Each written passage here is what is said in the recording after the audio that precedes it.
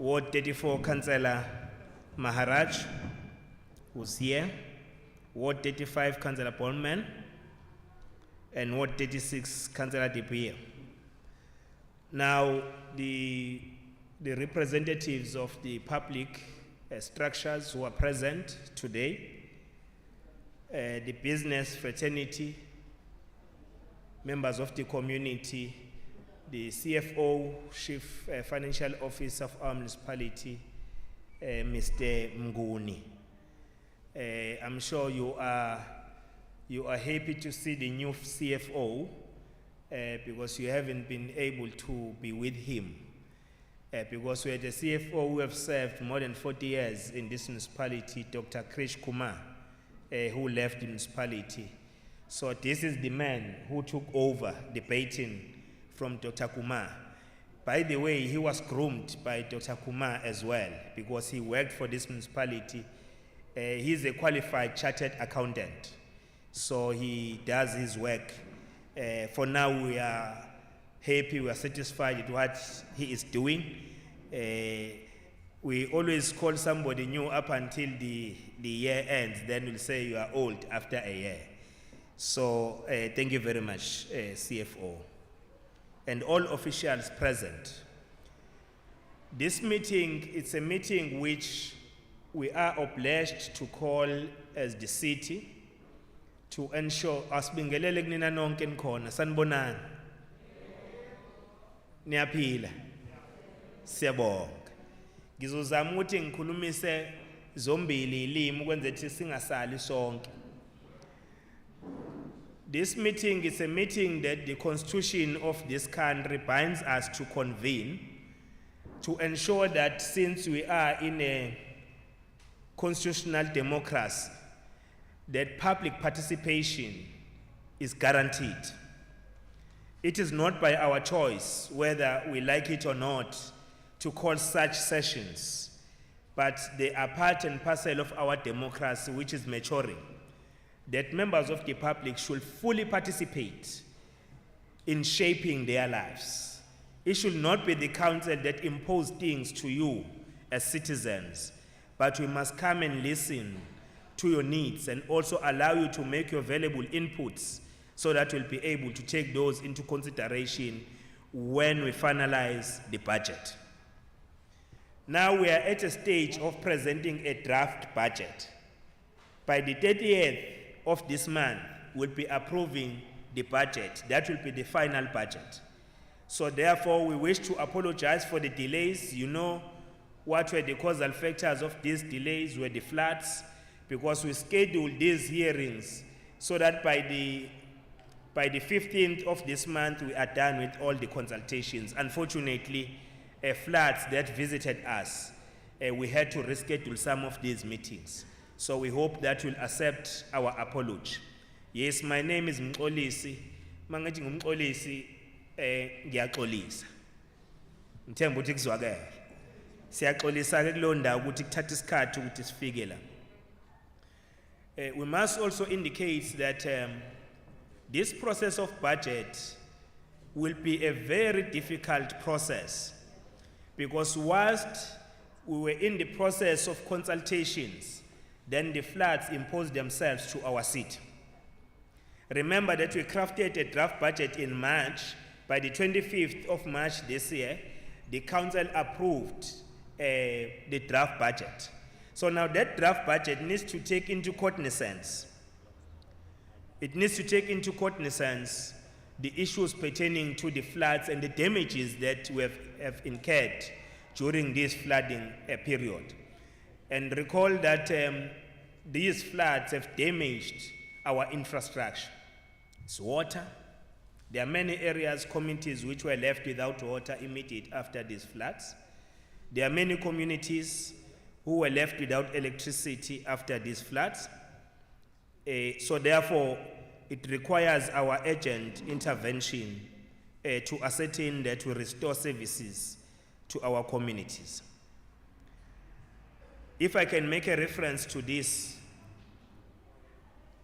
we have lost more than 500 lives during these floods. We still have more than 60 people who are missing. who have not yet been identified.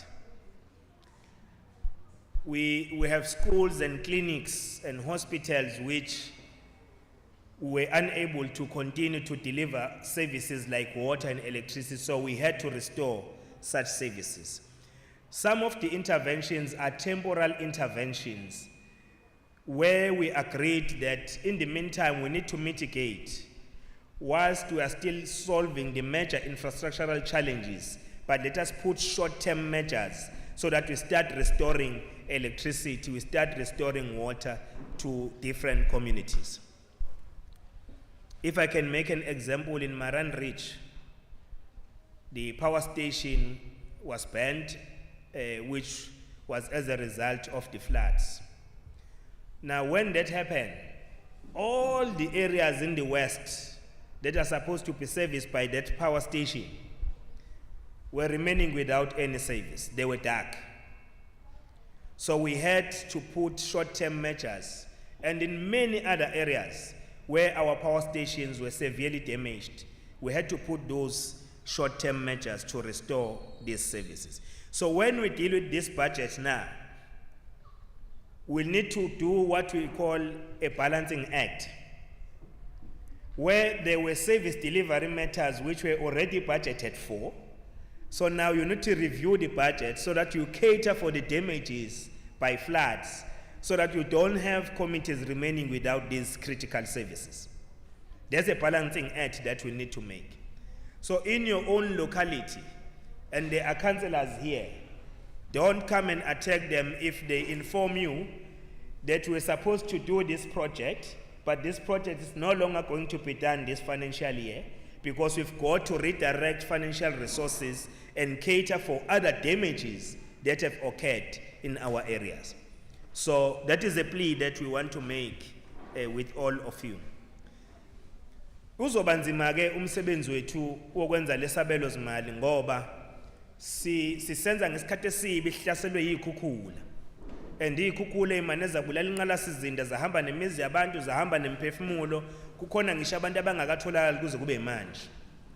Lokhu ke okuzodala ukuthi mase senza le budget lesabelo zimali kufanele sikwazi ukuthi sibalansise, sibheke ukuthi kuneyinhlelo bese ivese zisophondweni ukuthi sizenze, kodwa ngenxa yokuthi lezo inhlelo sezishayisana manje nokuthi fanele silungise umonakalo omkhulu owenziwe yikhukhula, sekuzofanele amanye lawo ama projects athi ukuma sikwazi ukulungisa ikhukhula ngapha.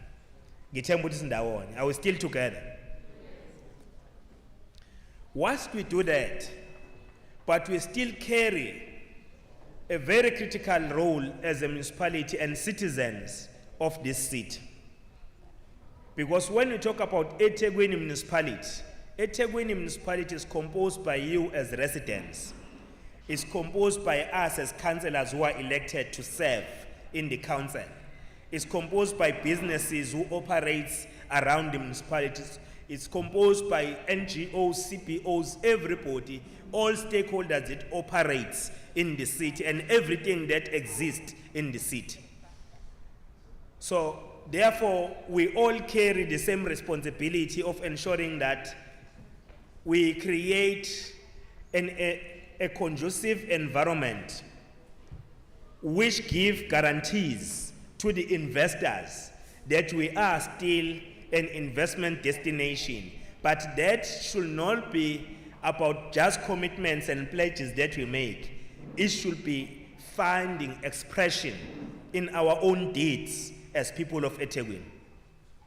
How do you then deal with the issues of crime and crime that is attacking our city? There's recently launched a project which I've addressed young people today, which is called Public Employment Program. This PEP or PEP is intending to address some of the challenges that the city is experiencing. The cleanliness, the crime and crime, the issues of disasters, and many other economic activities that needs to take place so that we attract more investment to our city. So this PEP, with the volunteers that have been recruited throughout the city, for now we have just recruited 5,500 volunteers. So when you come to your councillors and say, why am I left out? Why am I not part of that 5,500? The mayor is here with the councillors to give you the response. Is that each and every ward was only given 36 people. So you can calculate how many people needs opportunity in your ward. So if it's only 36, it's given that it's not everybody in the ward who will come and participate in this program. So therefore, we need to understand that and tolerate how the recruitment is done and accept it, so that as we continue with this program, there will be an exit point. Those who have been taken now, they'll exit the system, will take other people. So it will rotate, so that community members will also have an opportunity to participate in this program. So part of these volunteers are the people whom we have designated to deal with issues of disasters. Why do you want to have 1,800 of them dedicated for disasters? It's because we are prone for disasters. We are a coastal city. And when you look at the geographic spread and how Africa is located, so definitely it's given that Africa will always become the victims of floods. So how do you then make awareness so that community members can also participate in our own program and action plan and climate change action plan that we have developed? We need people who will be going door to door, people who will be working with communities on a daily basis to raise awareness.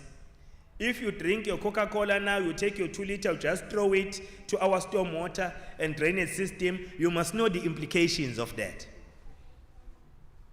If people just decide to throw everything in our stormwater system and think that those stormwater systems will operate normally, you must know the implications beyond that. Those implications require community members to participate, that we maintain our environment. We preserve our environment. So education is key. But also there are people who are conducting what we call an illegal sand mining in our rivers. They are busy on daily basis. Many trucks, they come there, they dig, they take the sand and do. By so doing, they are expanding the banks of the river, which will therefore have a negative impact to communities who reside next to that river and those who reside far away from that river at the bottom side of the river.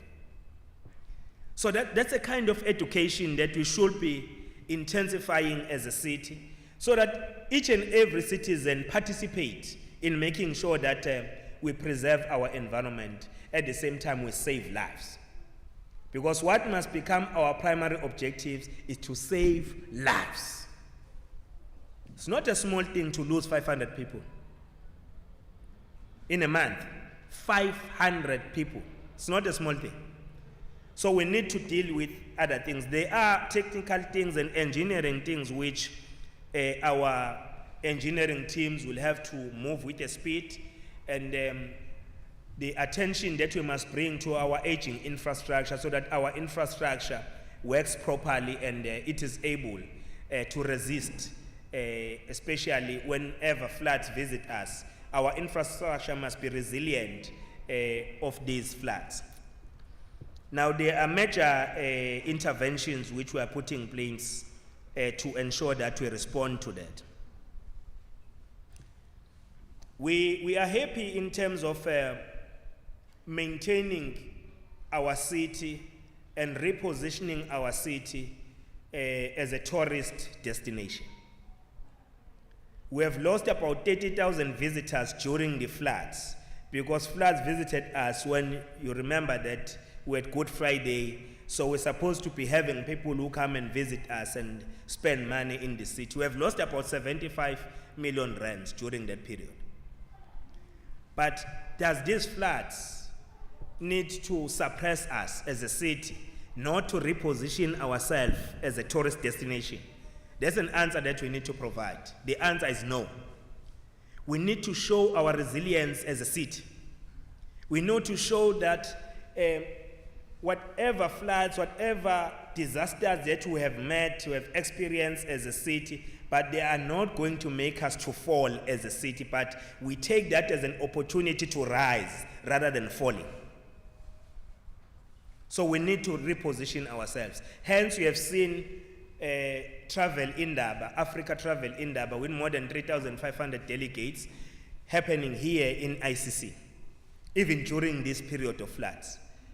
Yesterday, with the President of the Republic and the Premier, we have opened another international conference with more than 2,500 delegates, which is happening here in the city.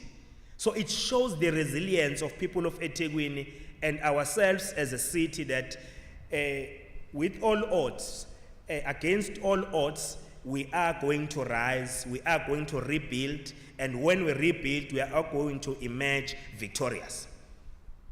So we are people of hope, we are people of possibilities, of all possibilities. Even when we are attacked by floods, even when we are attacked by the unrest of July, even when we are attacked by COVID-19, there are restrictions that are imposed so that we can control the circulation of this pandemic within our city and the country, but we still rise to the occasion. So that's what we need to do. We don't need to sit and cry, but we need to rise and reposition ourselves. That people should remain in this city, should continue to visit this city. Major international events should continue happening in ICC. Hence, you are going to see on the 2nd of July, the Hollywood Bets, Durban July is going on the 2nd of July. We are not going to say, hey, we are still having floods here and the damage of floods and all of it, because the economy needs to run, even when you have floods. Because beyond floods, you must have a running economy that will be able to continue to save the jobs of people. You must have the economy that will continue to ensure and guarantee that we can still retain the jobs of those who work in hotel, in the hospitality industry, those who work in restaurants, those who work in other aspects of tourism. That's what we need to do. So those who want to blame us that we are wasting money when we have all these events continuing even during this period, they do not understand the economy. The economy is about what you invest and what you benefit after your investment. There must be return on your investments. So that's where we are. So ingakho ke sithi konke lokho kwenzakalile akungasifaki ingcindezi kube semahlombe ethu manje kube ukuthi ngoba sekube nezikhukhula shuthi nomnotho awufadabale ngenxa ukuthi kunezikhukhula. Cha, izikhukhula noma zibe khona zasilimaza nje silimaza thatha nemphefumulo, kodwa kumele siqhubeke phela sibe idolobha elingenisa inzuzo nedolobha umnotho walokhulayo ukuze mawukhula umnotho udala amathuba omsebenzi. Mawudala amathuba omsebenzi uveze namathuba amabhizinisi kwabanye abenza amabhizinisi. Ngakho kasikwazi ukumisa bazoqhubeka bonke Durban July, all the events that were scheduled are going to continue, and we are putting your money in those events because we know that when you put your money in those events, we are going to make sure that we sustain our own position as a city of remaining a tourist attraction. So as I sit and as I take leave, it is important that we must work together. We must embrace our unity in diversity. This is not the time to fight against one another. This is not the time to fight against other people that they are coming from Africa. We must go and loot their shops and ensure that we chase them away from the city. This is not the time to do that. This is the time for us to collaborate. This is the time for us to work together and to ensure that we revive the economy of the city. We stand good opportunities. We are a city of possibilities. We stand good opportunities to attract more investment on our side. Let me give you the good news. Toyota, Mondi, Sapref, and all other companies on the southern basin of our city have been severely affected by floods. As a result, they are not in operation.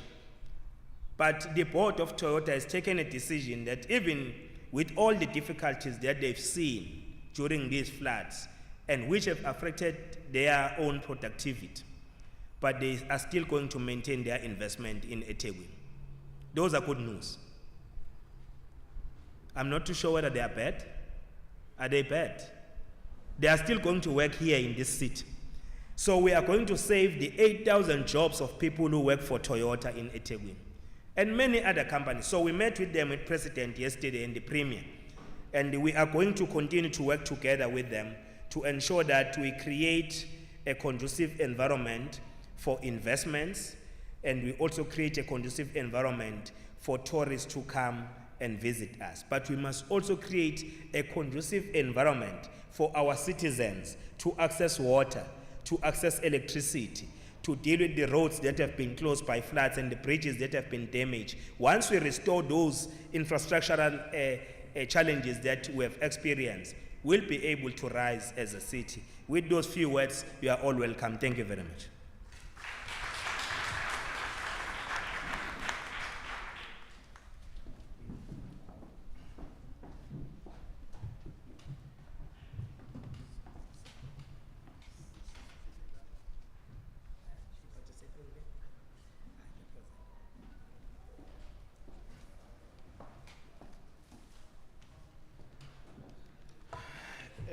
Thank you, Baba Mayor. Thank you very much. I guess impinde futhi ngehlamba elikhulu. Siyabonga kakhulu. Sasaza ama mayors kuya amadoda anemikhaba emikhulu. Colleagues, we will allow Baba Xolani to do the presentation, and then we'll take it from there. Okay.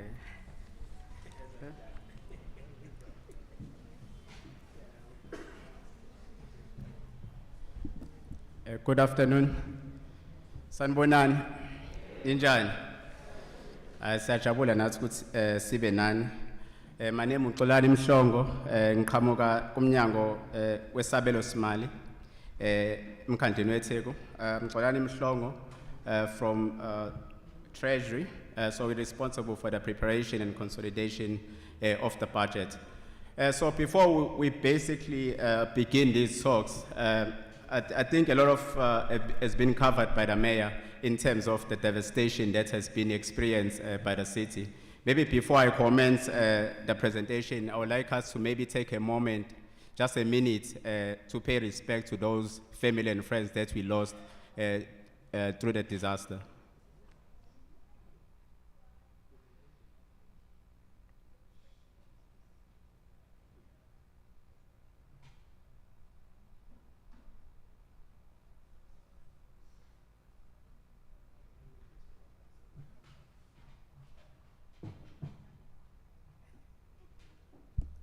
Thank you very much. If we look at the vision of eThekwini, my apologies, I forgot to greet my bosses. Greetings to Babu Mayor.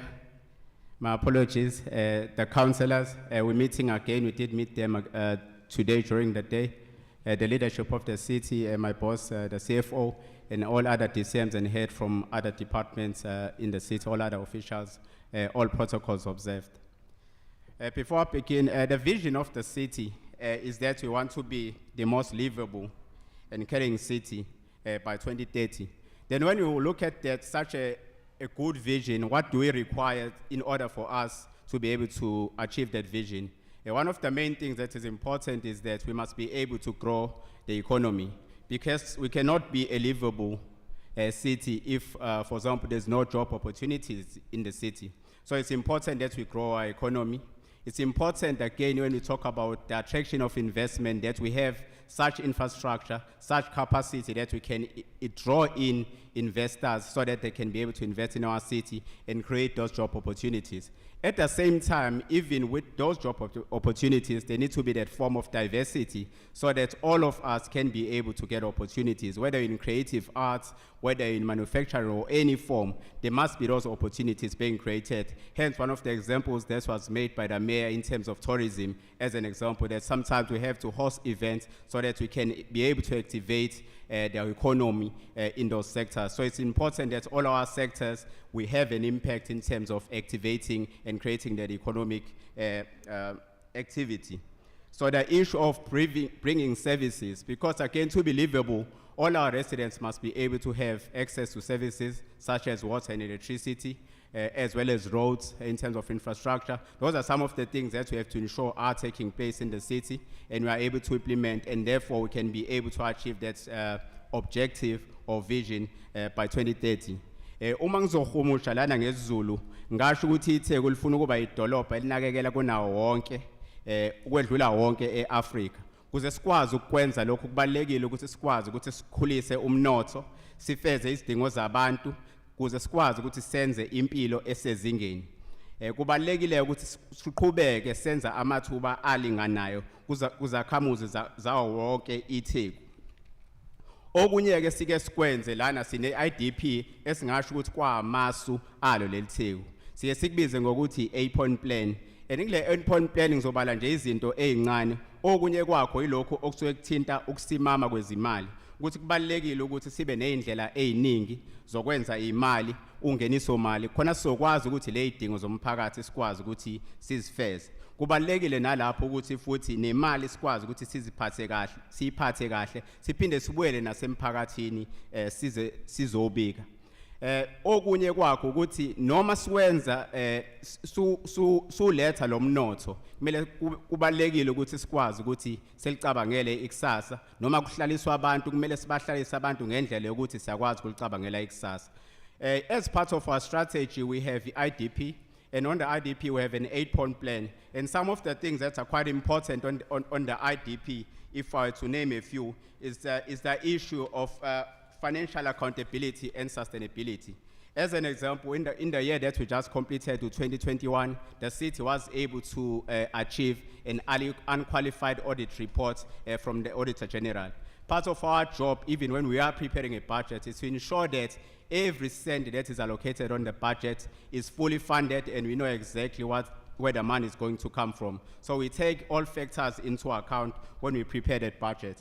But another thing, even when we are activating this economy, it's important that we also take into account the issues of a sustainable built environment. And we've seen with the recent floods, in terms of where maybe the informal settlements were built in water-borne areas where they washed away through the floods. So it's important that even when we're bringing in industries in the city, we take into account the issues of global warming so that we are able to ensure that we sustain the city for futures to come. And it's important, even when we're looking at human settlements, we do settle people in areas where it's going to be sustainable, and if we do end up with challenges like we had with the storm disaster, that they do not get washed away. So that's one of the most responsible things that we have to take into account. Those are some of the points that are part of our 8-point plan. Now, when we're looking at the whole strategy of the city, we basically have the IDP, which is our strategy. We do this every 5 years, and every year we just review it annually. And then we also have the city's annual allocation strategy. Now, that is the 3-year budget that I'm going to be presenting. Out of this budget, we do projects for 3 years. We do this every year for 3 years. So what we're going to be presenting today is for 22-23, right up to 22-24, 24-25, which is basically going to be covering the 3 years. Over and above the issue of the money, the allocation of the budget, we also have what we call the city's annual delivery plan, or the service delivery budget implementation plan. This is now looking at the money that has been allocated. What exactly, in terms of KPIs or physical outputs, are we going to get out of this budget allocation? So there we're actually looking at the actual KPIs. If I'm talking about housing, how many housing are going to construct with the budget that has been allocated? How many water connections are going to do with the budget that has been allocated? Then over and above that, once we've done that, that is done every year. So we're going to be doing one for the 22-23 financial year.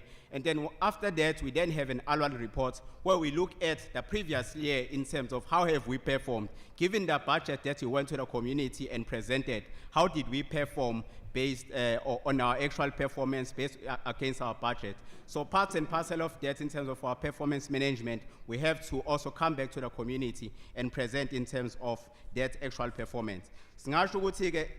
kule lisu okunye esikwenza i-IDP yona edriver lelisu lethu siphinde sibe naso isabelo seyimali esike sithathe sibheke iminyaka emithathu nakuyona leminyaka emithathu sibe sesithatha unyaka owodwa okuwona sikuzoqala bese siyabuka ukuthi yizini lezinto ezokwenziwa ngale mali esuke ibekiwe emva kwalokho kube sekuba nesesibize ngokuthi i-annual report okuwumbiko wonyaka osukuphelile ukuthi ngale mali ayibekiwe kulonyaka odlulile iziphi izinto esikwazile ukuthi sizenze.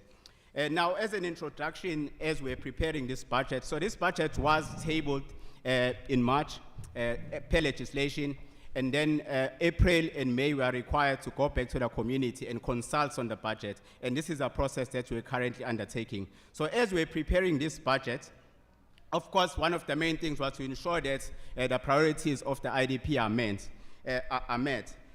Another challenge that we are dealing with is that during 2020, if we recall, we had level 5 lockdown, and the country was on lockdown, and Durban was affected significantly in that regard.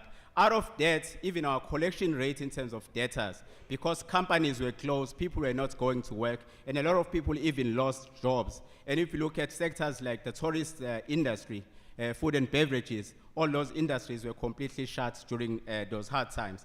And what happened with our collection rate is went as low as 56% in terms of we're still selling services to our residents, but we're not collecting. And we're in a position where, again, we could not disconnect because we understood what was happening in the economy, where people were unemployed, where companies were closing down. So out of that, we lost a lot of money. We lost over 3 billion in 3 months in just 2020 alone, because as much as people were not paying, we still had to pay ESCOM, we still have to pay Umgeni Water, because people are still using our services. Over and above that, we are still dealing with the issue of the pandemic, with the COVID-19, which created a lot of restrictions within our city. And also, we're also dealing with the issue of the negative growth, because people are no longer using our services in a form of water and electricity the way they used to. So in terms of consumption from our residents, that has increased quite significantly. Another challenge that we're dealing with eThekwini is that KZN is predominant, over 68% is rural. And eThekwini is the biggest city in KZN. So all the people from the rural areas, they flood into Durban for better opportunities. So what that does is that in our existing infrastructure for the provision of services, it creates a strain because the population is growing, but our revenue generation is not growing in the same rate. And also because people that are coming in is people looking for opportunities, going into an informal environment, you find that it also increases our free basic services. So those are some of the challenges, because we're taking a lot of the population of KZN being the biggest city, and everyone ends up coming into Durban. So what that creates is that we have a huge backlog in terms of the provision of services, including the building of houses, because our population is always increasing day by day, being the biggest city in KZN. Now, while we took all those into account when we were preparing the budget that was tabled in March, then came the 11th and 12th of April, when we had the storm disaster. And in a space of 24 hours, the rain that was received was between 200 and 400 millimeters. So out of that, we experienced extensive damage to houses, businesses, roads, bridges, water and electricity supplies, rails, telecommunications, etc. So it wreaked havoc in our infrastructure. And we're still recovering from the COVID-19, the hard lockdown. And then, of course, if you recall, in 2021, we also had the looting.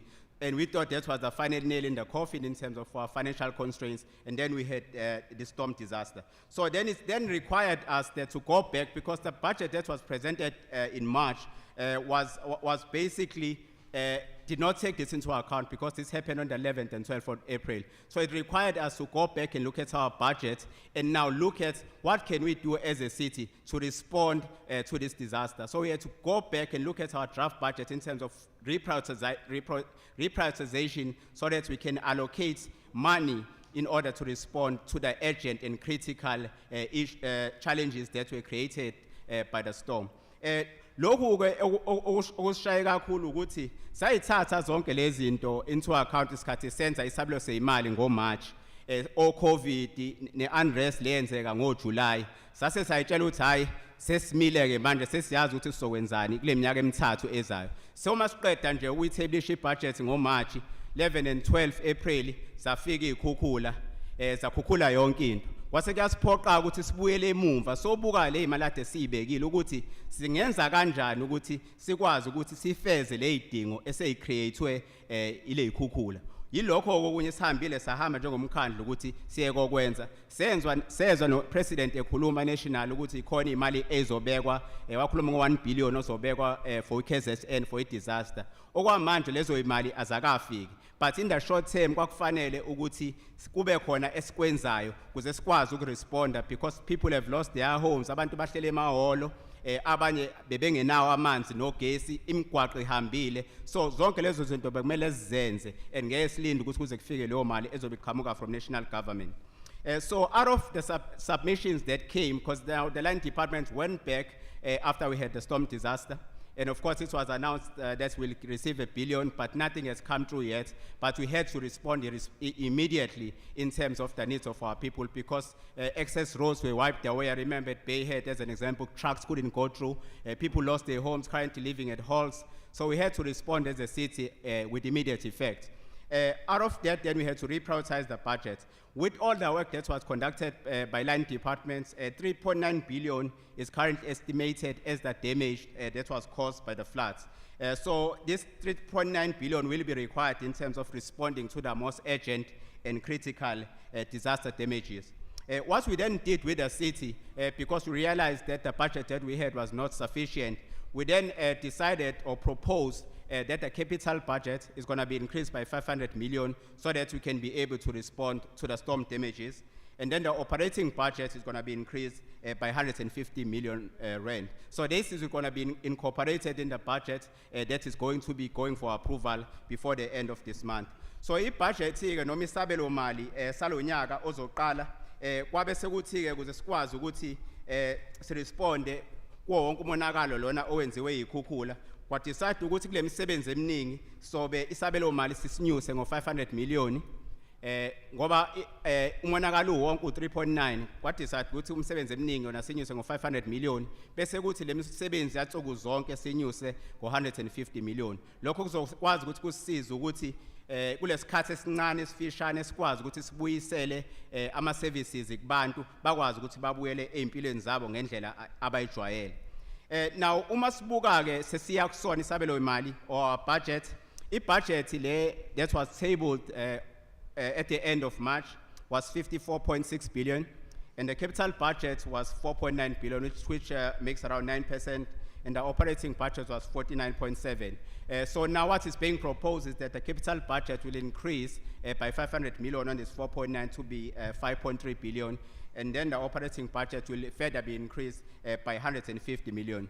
Now, when we look at our revenue sources, ungeniso mali, the majority of our money, as we are in local government, is coming from our selling of services, being water and electricity, refuse removal, as well as from our property rates.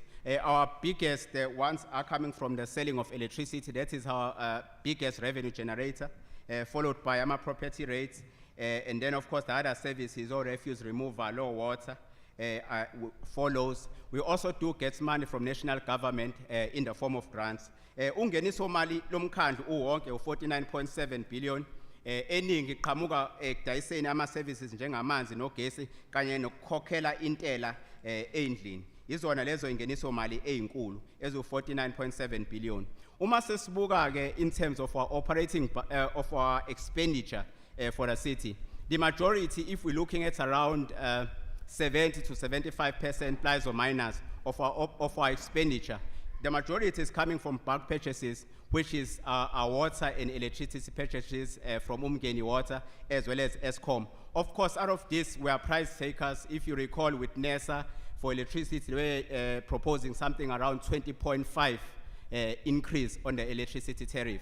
And of course, on our side, you find that we are price takers. Whatever they get approved, we have to pay. But it was negotiated and they were able to get something that is substantially lower than that. Our other biggest expenditure is the employee-related costs, including the remuneration of councillors, and then we also do have some other operating expenditures. But predominantly, those are our major ones that makes most of our expenditure. If we move towards what has been proposed for 22-23 in terms of tariffs, for electricity, we're proposing 8.43. You can see over the past few years, we've tried to reduce it as much as we can, but as I've articulated that we are price takers with ESCOM, and at the same time, with the amount of damage that was caused by the floods, we have to try and do the best we can to restore the services, and some of that has been factored in terms of the tariff allocation. Then when you're looking at water and sanitation, 5.9% and 9% have been allocated for domestic and business, and then the refuse removal is 4.5 and 9%. With regards to rates, the rates are not going to be increased. It's going to stay at 0%. But because we're going to be having a new valuation role that is going to be coming in, what we've seen is that because now we're dealing with a new normal where people are working from home, we've seen with COVID that in terms of the commercial office space, it's been severely affected because now people are working from home through the new normal. We find that when we're doing the valuation that commercial property, especially with office space, has reduced in terms of value because the demand is reducing based on the fact that knowledge workers are now working from home. I think people that maybe are working in a factory also are required to be at work these days. So out of that, it's actually increased the residential properties more than it did with our commercial properties. So what we've then done is that on the residential properties, we also did a further 10% reduction to try and meet our customers halfway. Kuma-tariff lawa abekiwe, ugesi uzonyuka ngo-8.43%, amanzi nokuthutha kwendle u-5.9 no-9% for i-residential namabhizinisi. Bese kuthi for intela le ekhokhelwa for izindlu ngeke inyuke yona kuzoba 0%. Kodwa ngoba senza evaluation role entsha, kuzonyuka i-value yendlu kodwa ngeke inyuke i-tariff yona ngqo. Izoqhubeka ibe 0%. Sibe sithi abahlala siqhubeke sibasize ngokuthi saphinde kulena yemizi sayehlisa ngomunye u10% kuma rate noma intela yezindlu. We also have a slide that is also showing the proposed tariff for the whole 3 years, U22-23 right up to U24-25. As we understand as a city that we basically are a very unequal society in terms of affordability. So we also do have a social package in terms of free basic services. In terms of the social package, our residential properties that are below 230,000 do not pay rates. And for those that are above 230,000, the first 120,000 rand is also exempt. And then there's also a further allowance afforded through those, maybe if they make an application and the household income do not exceed 3,760, but their properties are not over 500,000. We also do provide the relief there that they cannot pay more than, that they do not pay rates at all. And then for pensioners, our senior citizens, child-headed households, disability grantees and medically boarded properties, those now could be properties that are even 2 million, 1.5, etc. Though there we do have a maximum limit of 5,290 in terms of a rebate again for rates. With regard to e-water, for free basic services, if the first 6 kiloliters are free, and then for electricity, if you're using less than 150 kilowatts per month, if you're getting your electricity from ESCOM, it's 50 kilowatts a month that you get for free. And if you're getting the electricity from the city, it's 65 kilowatts an hour. So we actually give you 15 kilowatts more than what ESCOM will give you. But again, what is important is that because we do see this happening all the time, especially in the informal areas that people are connecting electricity illegally. There's free electricity. All you have to do, even if you buy your token for 10 rand, then you will be able to access this free electricity. It doesn't come through your meter automatically. You must recharge your meter, even for 10 rand, for you to be able to access this every single month. Because this can also help us, because sometimes if people are connecting illegally, it creates a lot of pressure on our substations, and they end up blowing up, and then we have to replace those, and it start affecting a lot of other customers who are connected illegally.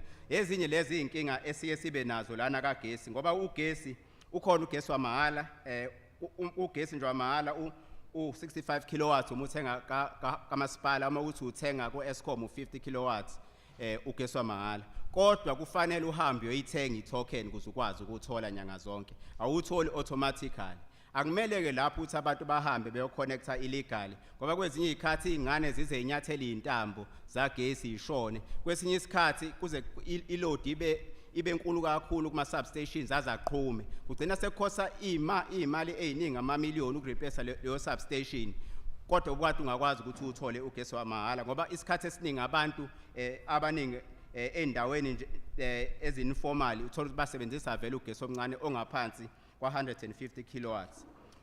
When we're going to sewage and sanitation, usebenza similar to water. Properties under 250,000, the first 6 kiloliters do not pay a fee for this, as well as for refuse removal.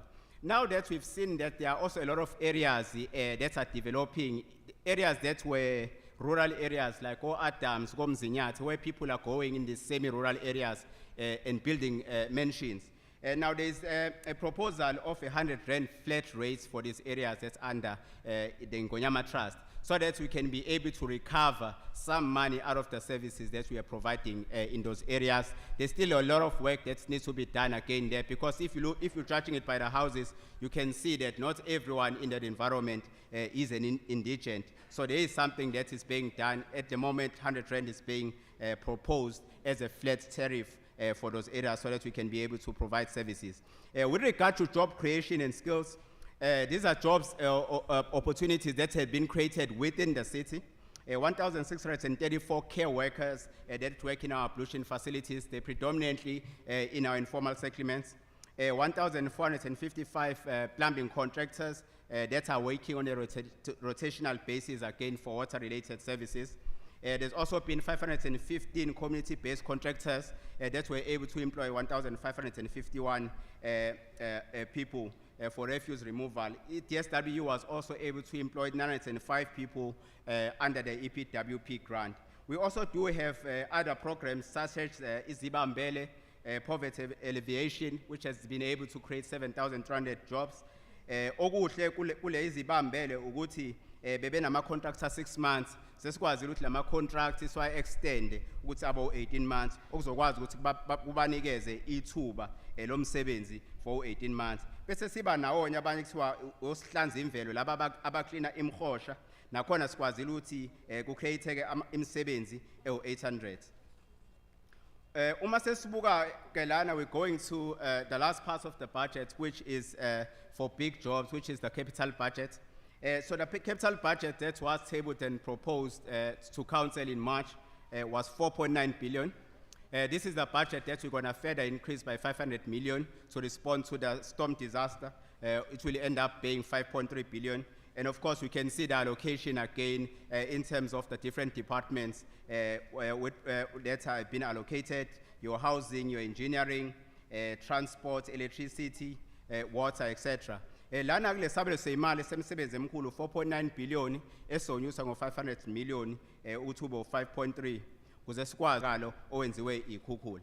Now when we're looking at the funding of the capital budget, now this is one of the offices that we have to deal with in terms of the funding, because every cent of our IDP, as well as to be financially sustainable, is that we have to ensure that we know where the money is going to come from. Capital budget, the majority, which is 67%, is coming from grants, which is coming from national government. And then internal funding is accounting for around 13%.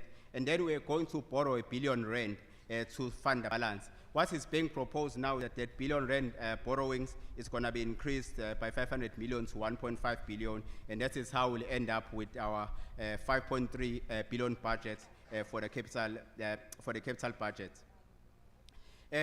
Over and above that,